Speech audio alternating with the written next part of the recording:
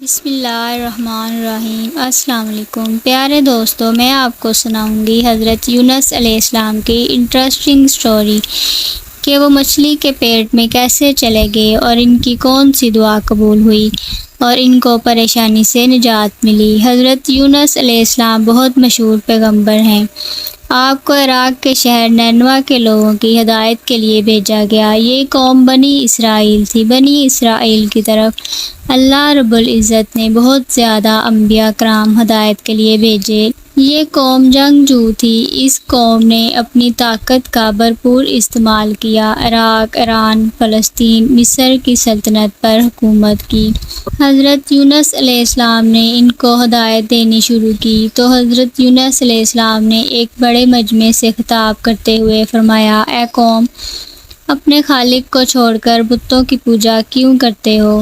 اس سے تمہیں کیا فائدہ پہنچے گا؟ ان سے تمہیں کبھی کوئی فائدہ نہیں مل سکتا، اس لیے ان کی پوجا چھوڑ دو۔ اے قوم، گمراہی سے باز آ جاؤ اور حقیقت کو سمجھو۔ اللہ تعالیٰ نے تمہیں اس لیے پیدا کیا ہے کہ تم اس کی عبادت کرو اور اپنی ہر جائز خواہش کی دعا مانگو۔ بے شک اللہ پاک ہی دعائیں قبول کرنے والا ہے، صرف اسی کے آگے جھکو۔ اور اے قوم، مجھے اللہ تعالیٰ نے تمہارا نبی بنا کر بھیجا ہے اور میری پیروی کرو۔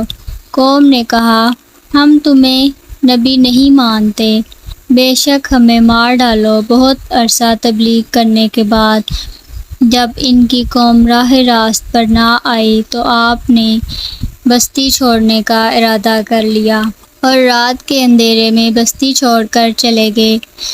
تو صبح ہوتے ہی عذاب الہی سیاہ دھوئیں اور بادل کی شکل میں ظاہر ہونے لگا۔ قوم یہ دیکھ کر سمجھ گئی کہ یہ اللہ کا عذاب ہے، کیونکہ حضرت یونس علیہ السلام نے کبھی جھوٹ نہیں بولا تھا۔ اب وہ حضرت یونس علیہ السلام کو ڈھونڈنے لگے۔ حضرت یونس علیہ السلام نہ ملنے پر اس قوم نے خود ہی اللہ سے توبہ کی اور ایک میدان میں جمع ہو کر بہت ندامت کے ساتھ توبہ کی۔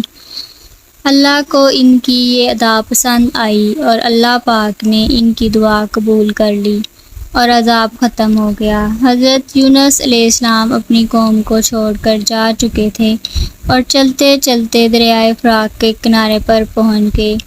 آپ علیہ السلام ایک کشتی میں سوار ہو گئے جو کہ مسافروں سے بھری ہوئی تھی اور جانے کے لیے تیار تھی۔ کشتی نے ابھی تھوڑا ہی سفر کیا تھا کہ اللہ تعالیٰ کی طرف سے طوفانی ہوائیں چلنے لگی اور ان ہواؤں کی وجہ سے کشتی ڈگمگانے لگی۔ ایسا لگتا تھا کہ کشتی کو ڈوبنے سے کوئی نہیں بچا سکتا۔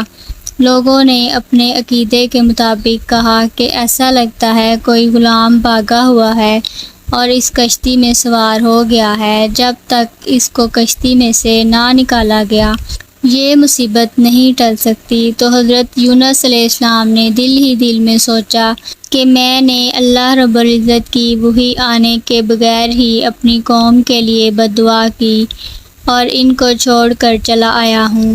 ہو سکتا ہے اسی وجہ سے یہ طوفان نمودار ہوا ہے اور اللہ کو میری یہ ادا پسند نہیں آئی۔ یہ سوچ کر حضرت یونس علیہ السلام نے ملاحوں کو بتایا کہ میں ہی وہ بھاگا ہوا غلام ہوں جو بھاگ کر آیا ہے۔ مجھے کشتی سے نیچے پھینک دو تاکہ طوفان رک جائے۔ لیکن وہ لوگ آپ کو جانتے تھے کہ آپ ایک سچے انسان ہیں، ایسا نہیں ہو سکتا۔ چنانچہ طے پایا کہ قرعہ اندازی کی جائے۔ 3 دفعہ قرعہ اندازی کرنے کے بعد حضرت یونس علیہ السلام کا ہی نام آیا تو انہوں نے آپ کو سمندر میں پھینک دیا۔ تو اللہ کے حکم سے ایک بہت بڑی مچھلی نے آپ کو نگل لیا۔ اس مچھلی نے اللہ کے حکم سے صحیح سلامت آپ کو اپنے پیٹ میں رکھا۔ آپ نے اللہ کی عبادت شروع کر دی اور غلطی کی معافی مانگنے لگے اور 40 دن تک یہ دعا کرتے رہے۔ تو اللہ پاک نے ان کی دعا قبول فرما لی اور حضرت یونس علیہ السلام کو اس آزمائش سے نجات دی اور مچھلی نے اللہ کے حکم سے حضرت یونس علیہ السلام کو دریا کے کنارے ڈال دیا۔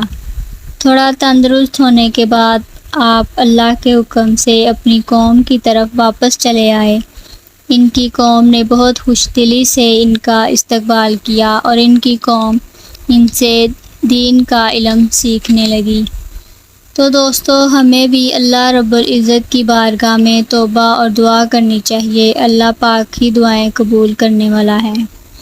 تو میری ویڈیو آپ کو پسند آئی ہے تو لائک کریں، شیئر کریں، کمنٹ کریں اور میرے چینل کو سبسکرائب کریں تاکہ میری ہر آنے والی ویڈیو آپ تک جلد پہنچ سکے۔